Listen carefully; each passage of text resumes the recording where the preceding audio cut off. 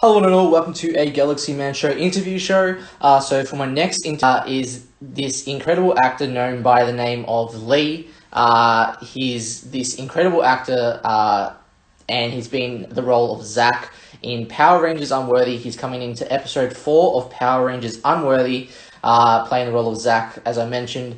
So I'm about to invite Lee into the live now and have a chat with Lee and talk about his role as Zack. Greetings. Hey Lee, what's up? What's good with you, dude? Nothing much, really. So what I'm going to get you to do, Lee, if you can, I'm going to get you to introduce yourself as a person, to explain a bit about what you do, and then we'll dive right into the questions. Sweet. Sup, people? I'm Lee Juaso, the Black Ranger on Unworthy Power Rangers, the martial artist,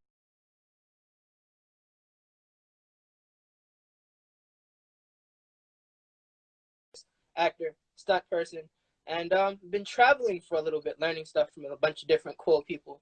And right now I'm in home base to get stronger, so the next time I go and start these travels, I'll be more equipped to do some things.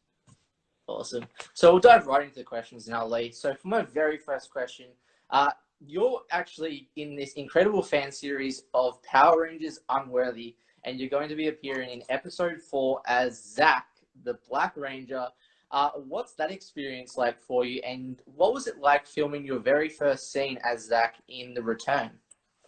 Oh, it was cool. The whole thing has been really cool.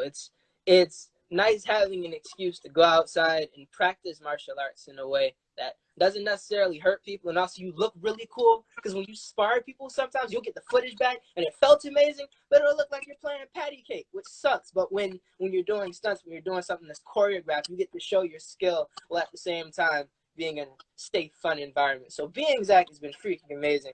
Going out to film The Return was crazy because I hopped on a train and I was told basically meet us in New Jersey. So I went to New Jersey and they thought I was homeless because I don't be combing my hair. And so they kicked me out of the train station. And I was running around New Jersey for a little bit till I got picked up. And we went there. It was really dope. Eric, who choreographed it, Eric taught me the choreography. And so we did it a couple times. Got to get in the suit for the first time, which was also kind of crazy because I saw Power Rangers on TV when I was little, but never registered that they were wearing suits the entire time, and that fighting with the visibility of a Power Rangers helmet is not the easiest thing in the world. But once you get the hang of it, the result on the camera is amazing. So yeah, being Zack was dope. Awesome. So on to my very next question. If your Zack version of Zack could have any memorable moment in Power Rangers Unworthy for episode 4, what memorable moment would you want for your role as Zack? Wow. Huh. Dang. Okay, so the coolest moment in action cinema to me is Tony Jaa doing a backflip off of an elephant's head in order to kick somebody in the face in Ong Bak 2.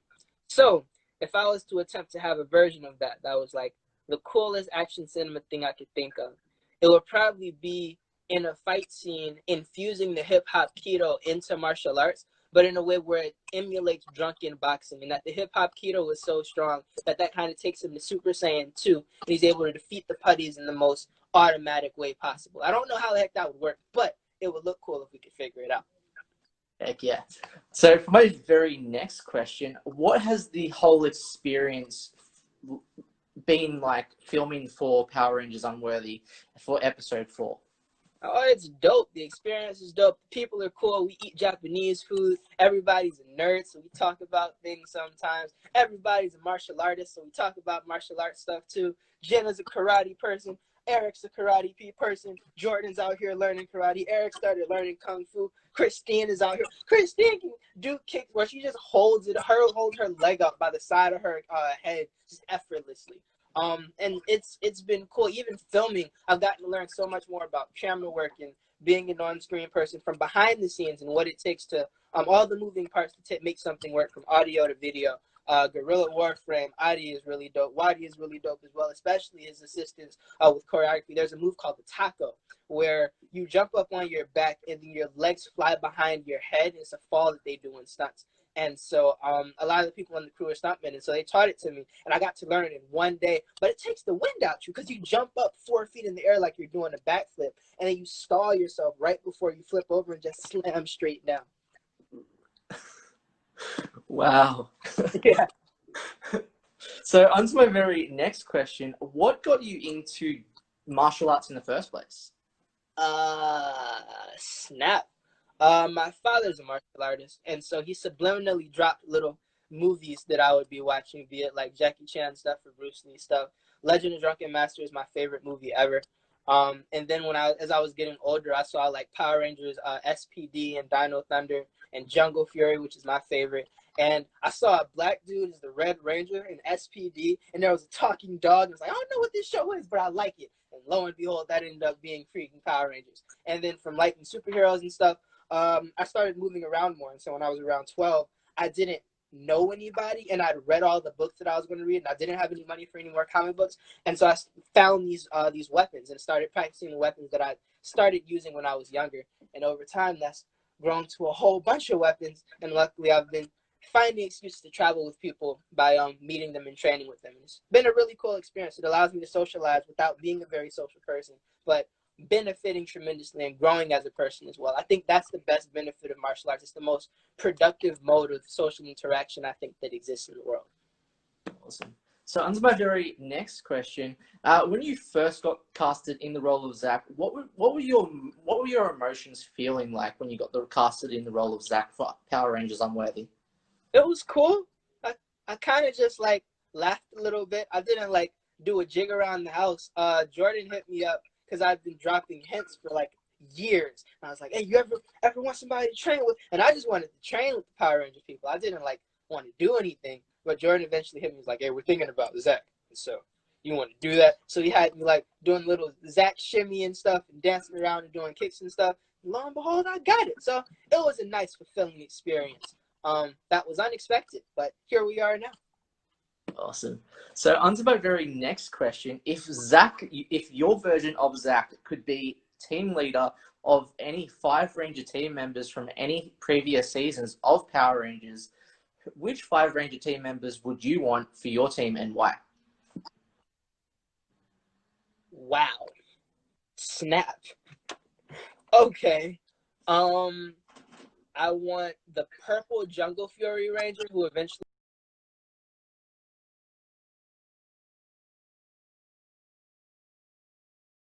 became the White Ranger, I think, because I feel he's tremendously underutilized. I like it when a character is very strong, like Jiraiya from Naruto, where he's incredibly strong but doesn't take himself seriously. But when he gets serious, he's gangster. And so I feel like there'd be a lot of fun interactions in addition to some really cool fight scenes. Now, 2 would be the Red Ranger from SPD, because although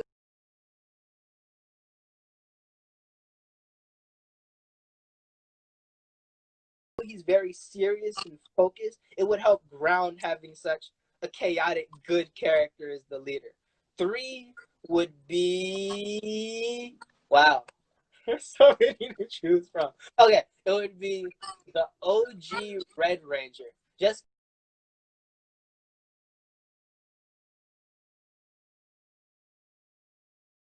because he was dope. I just like his existence. 4th, obviously, would be Walter E. Jones, Black Ranger, because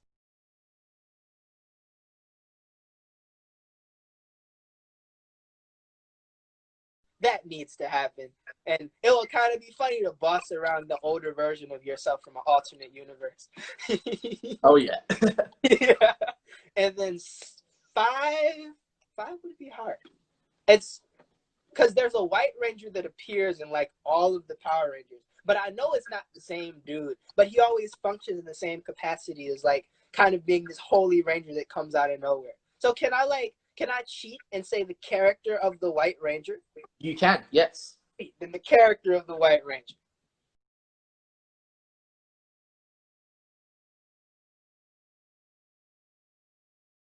Awesome.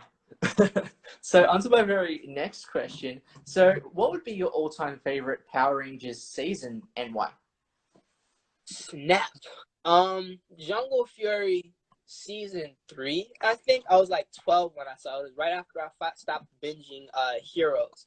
And in season 3, it starts off where like everybody's a cat. So there's like a jaguar and a tiger and like a leopard, I think.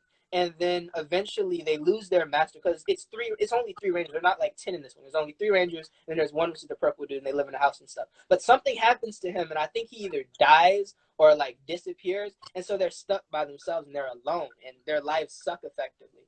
And these new masters come. There's one that's a penguin, one that's a shark, and I think one that's a jaguar. I'm not positive. But these three new masters come. They're like older rangers from the past seasons, and so they have them face their fears. And each one is like, one is afraid of spiders, the other is afraid of karaoke. I think the other is afraid of talking in front of crowds. And I like the character development in it. It's one of the very few pieces of Power Rangers I got to see, because I missed a lot of the earlier Power Rangers where I got to see character development, and you actually see them change Zords and change the way they fight because their entire style has been changed as well. Awesome. So on to my very next question. So who would be your all-time favorite villain in Power Rangers and why? Snap. Wow. Dang. All right. Let us see.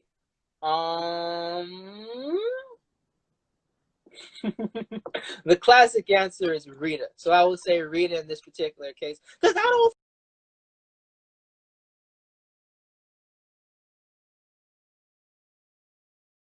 feel like she was that bad. I feel she was like Starscream, where like she got yelled at by the main bad guy, but she was like the head foot soldier as well. So a lot of the blame went to her. But if you think about who was actually responsible for a lot of things, I feel like she's kind of innocent a little bit. Yeah, I agree with you on that.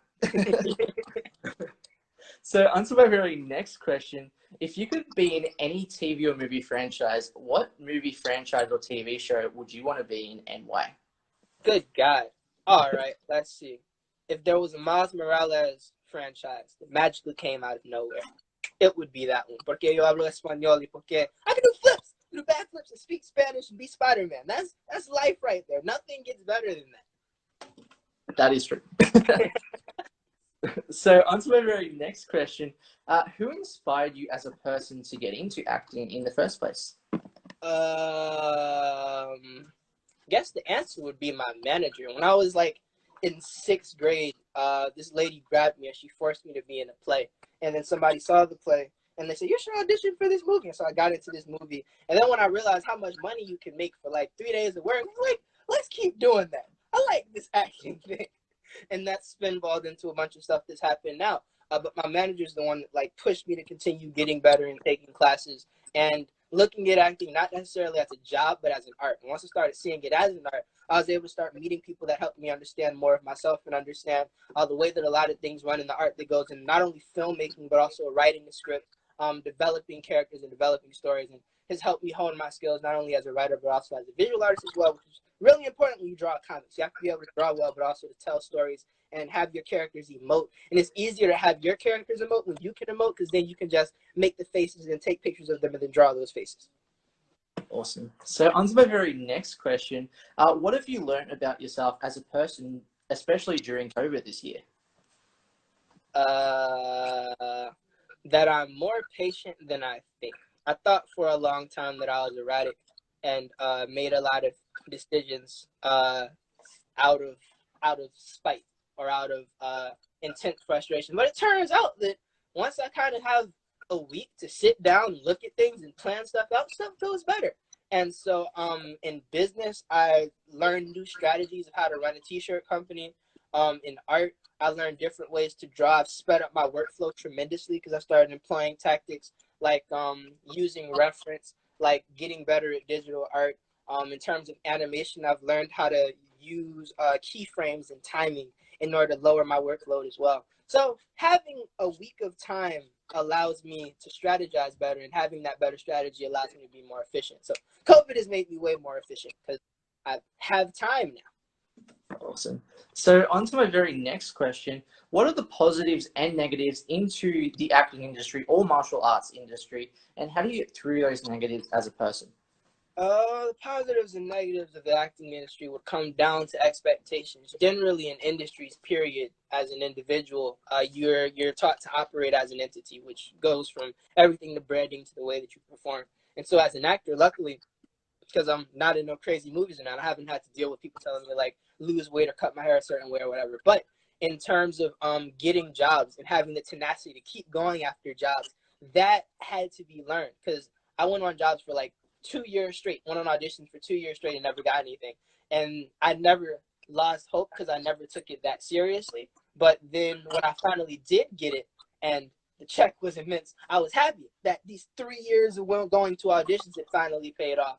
In martial arts, it's trickier because operating as an entity, you represent your school, you represent your teacher when you're a martial artist, depending on the martial artist you are. But for most martial artists, you represent your art wherever you go with your actions. And so there's a conversation right now in a lot of martial arts communities over martial arts for performance and the martial arts for tradition, and what that looks like in times of the digital age, because the internet gives us so much information. You don't really have to go to a school to learn martial arts the way you want to learn it, but you won't understand martial arts holistically if you don't go under a student, or if you don't go under a teacher, if you don't become a part of the school and absorb the tradition that encompasses martial arts. And so in the martial arts community right now, we're seeing this divide where you kind of have to decide if you want to be a performer or if you want to stand in tradition. If you want to have one foot in each, then you'll have to switch between traditional mode and performance mode oftentimes in order to survive as a person, but also to do honor to your art as well.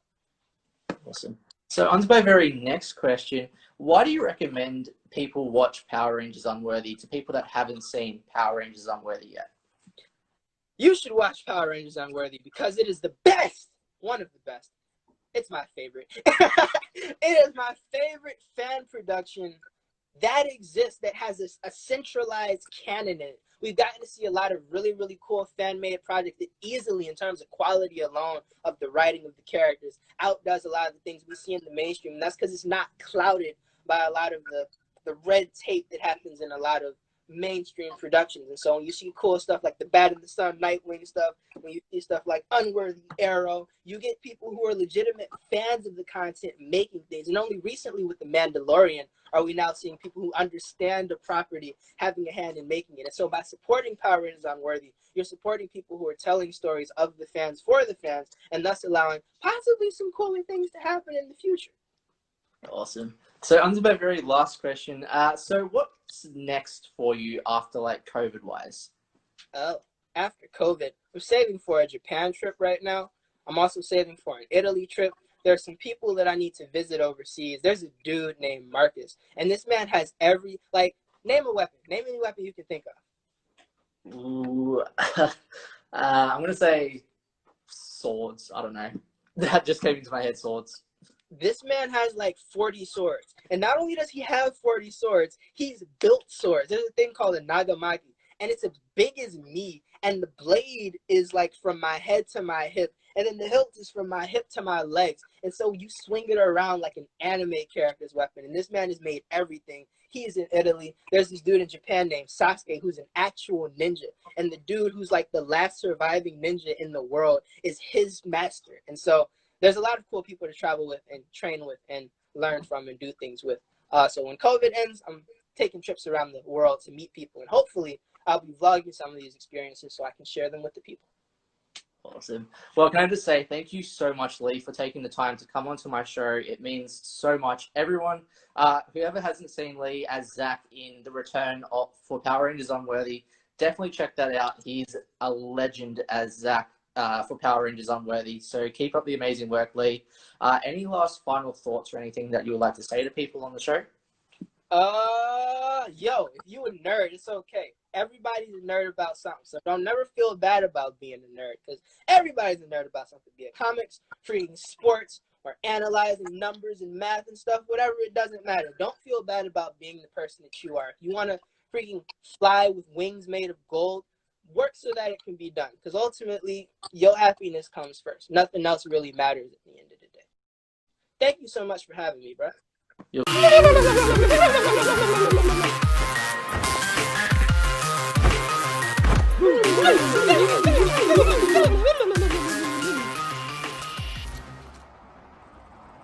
Hope this still works. It's morphin' time!